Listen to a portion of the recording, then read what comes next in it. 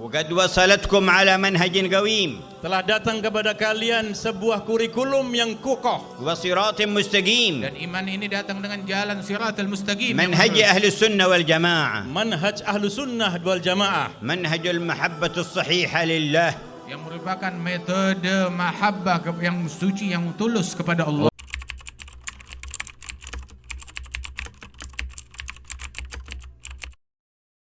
Pada kesempatan ini, kami akan membahas tentang ciri-ciri dari Ahlus Sunnah wal Jamaah.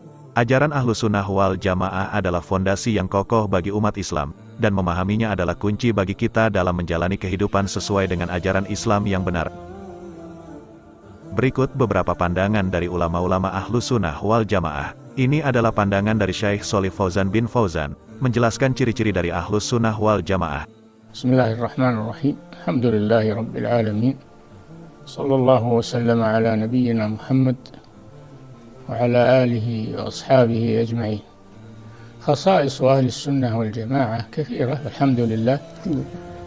وأبرزها العمل بكتاب الله وسنة رسول الله صلى الله عليه وسلم وسلامة عقيدتهم من الانحرافات الفكرية والانحرافات التي عرضت لبعض الفرق.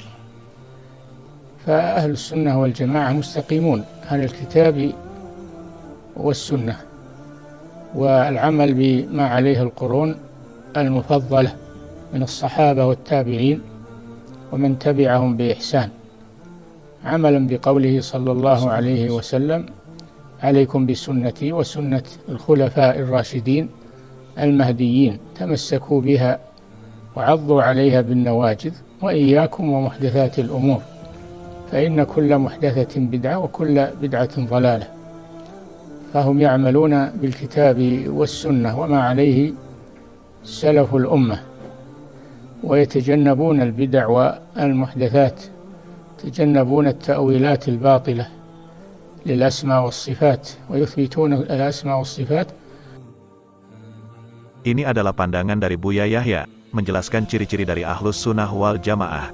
Islam, ahli sunnah wal jamaah, Asy'ariyah atau Maturidiyah, kemudian ada ciri lagi, bermadhab. Kalau sudah sok nggak bermadhab, wah ini kacau. Yang kelima adalah Sufiyah.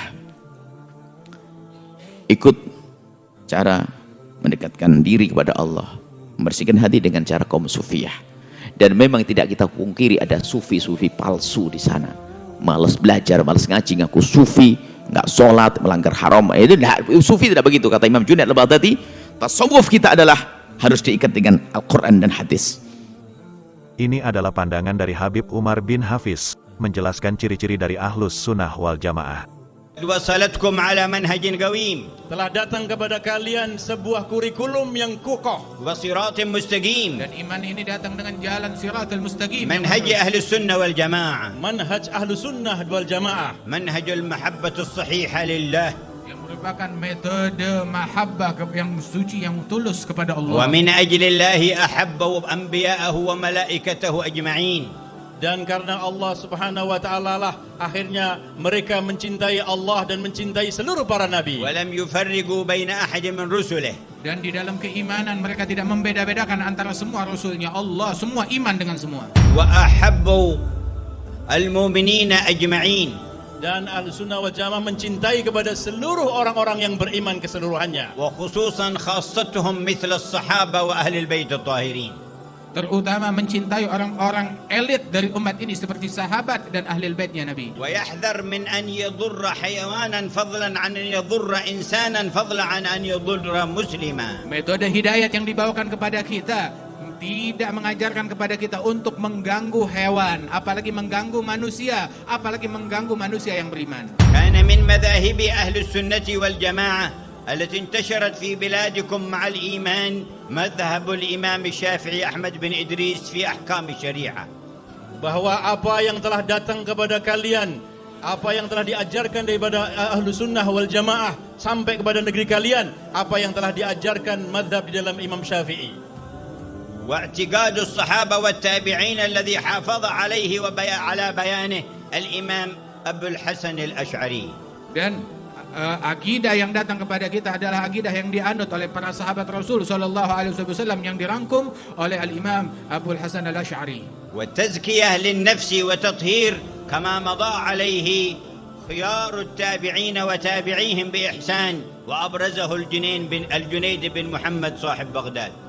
Bahwa hal-hal yang diajarkan ahlu sunnah wal jamaah yang berhubungan dengan tazkiyah kesucian jiwa, apa-apa yang telah diajarkan oleh para imam-imam yang terdahulu yang merupakan pemimpinnya adalah Imam Al-Junaid Al-Baghdadi. ينفعون ولا يضرون Mereka semuanya memberi manfaat, bukan mengganggu dan mencelakakan. ويجمعون ولا يفرقون Mereka menyatukan dan tidak memecah belah.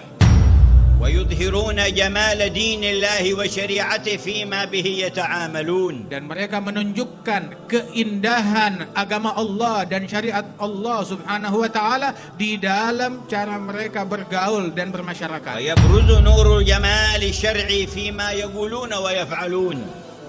Tampak dengan di tengah-tengah beliau tentang keindahan dan kebagusan daripada cahaya syariat, apa yang diucapkan dan apa yang diperbuat. ثبت الله أقدامنا على ذلك الطريق القويم. Semoga Allah Ta'ala kokohkan langkah kaki kita di jalan yang lurus tersebut. Dari penjelasan ulama-ulama di atas dapat kita pahami, Ahlu Sunnah wal Jamaah adalah komunitas atau sekelompok orang-orang yang selalu berpedoman pada sunnah Nabi Muhammad SAW dan para sahabatnya, baik secara aspek akidah, agama, amal-amal lahirian, ataupun akhlak. Untuk secara spesifiknya, paham Ahlu Sunnah wal Jamaah yang berkembang di Indonesia adalah mereka yang pemahaman fikihnya mengikuti ajaran-ajaran salah satu 4 mazhab. Salah satunya adalah Imam Syafi'i. Kemudian dalam hal akidah dan teologi mengikuti ajaran Imam Abu Al-Hasan Al-Asy'ari dan Imam Mansur Al-Maturidi. Sementara itu, pemahaman tasawuf bagi paham Ahlu Sunnah wal Jamaah mengikuti ajaran Imam Al-Ghazali dan Imam Al-Junaidi Al-Baghdadi. Adapun menurut prinsip Ahlu Sunnah wal Jamaah, secara spesifik yang dirangkum oleh Asy-Syaikh Syulih bin Fauzan Ali Fauzan, adalah sebagai berikut. Prinsip pertama, beriman kepada Allah, para malaikatnya, kitab-kitabnya, Rasul-Rasulnya, hari akhir dan takdir baik dan buruk. Prinsip kedua, iman itu adalah perkataan, perbuatan dan keyakinan atau pembenaran atau tasdik, yang bisa bertambah dengan ketaatan, dan berkurang dengan kemaksiatan. Prinsip ketiga, bahwasanya mereka tidak mengkafirkan seorang pun dari kaum muslimin, kecuali apabila dia melakukan sesuatu yang membatalkan keislamannya. Sebagai contoh, adapun perbuatan dosa besar selain syirik, maka tidak ada dalil yang menghukumi pelakunya sebagai kafir. Misalnya meninggalkan sholat karena malas, maka pelaku dosa besar tersebut tidak dihukumi kafir akan tetapi dihukumi fasik dan imannya tidak sempurna. Prinsip keempat, wajibnya taat kepada pemimpin kaum muslimin, selama mereka tidak memerintahkan untuk berbuat kemaksiatan. Apabila mereka memerintahkan perbuatan maksiat, dikala itulah kita dilarang untuk mentaatinya namun tetap wajib taat dalam kebenaran lainnya. Prinsip kelima, haramnya keluar untuk memberontak terhadap pemimpin kaum muslimin. Apabila mereka melakukan hal-hal yang menyimpang, selama hal tersebut tidak termasuk amalan kufur, berlainan dengan Mu'tazilah, yang mewajibkan keluar dari kepemimpinan para imam atau pemimpin, yang melakukan dosa besar, walaupun belum termasuk amalan kufur, dan mereka memandang hal tersebut sebagai amar ma'ruf nahi mungkar. Prinsip keenam, dan di antara prinsip-prinsip Ahlus Sunnah wal Jamaah adalah bersihnya hati dan mulut mereka terhadap para sahabat Rasul. Prinsip ketujuh, mencintai Ahlul Bait sesuai dengan wasiat Rasulullah. Ahlul Bait di sini maksudnya saudara-saudara dekat Nabi. Yang dimaksudkan di sini, khususnya adalah yang solih di antara mereka. Sedangkan saudara-saudara dekat yang tidak solih seperti pamannya, Abu Lahab, maka mereka tidaklah memiliki hak. Prinsip kedelapan, adalah membenarkan adanya karomah para wali Allah, yaitu apa-apa yang Allah perlihatkan melalui tangan-tangan sebagian mereka berupa hal-hal yang luar biasa, sebagai penghormatan kepada mereka, sebagaimana hal tersebut telah ditunjukkan dalam Al-Quran dan As-Sunnah. Namun harus diperhatikan antara karomah yang bersumber pada ketaatan kepada Allah sedangkan sihir bersumber pada kekafiran dan maksiat.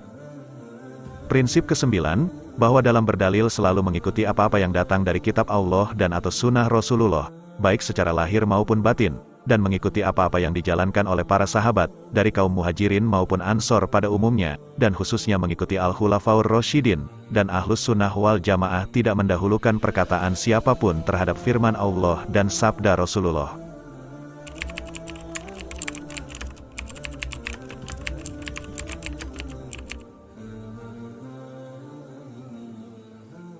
Seperti kita ketahui, Mazhab sendiri merupakan salah satu istilah dalam ajaran Islam yang dipahami sebagai aliran atau haluan. Mazhab memiliki keterkaitan dengan hukum fikih yang dikemukakan oleh seorang imam mujtahid.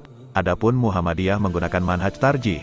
Manhaj artinya metode, tarjih artinya kegiatan ijtihad dalam Muhammadiyah. Sedangkan dalam pemahaman Salafi tidak mewajibkan orang awam dalam bermazhab. Namun hal ini tidak mutlak dengan memperhatikan dua keadaan. Boleh bermazhab dengan sebab, yang pertama, mempelajari mazhab tertentu hanya sebagai wasilah, perantara, saja dan bukan tujuan. Yang kedua, jika ia mengikuti mazhab tertentu, untuk menghilangkan mafsadat atau kerusakan yang lebih besar.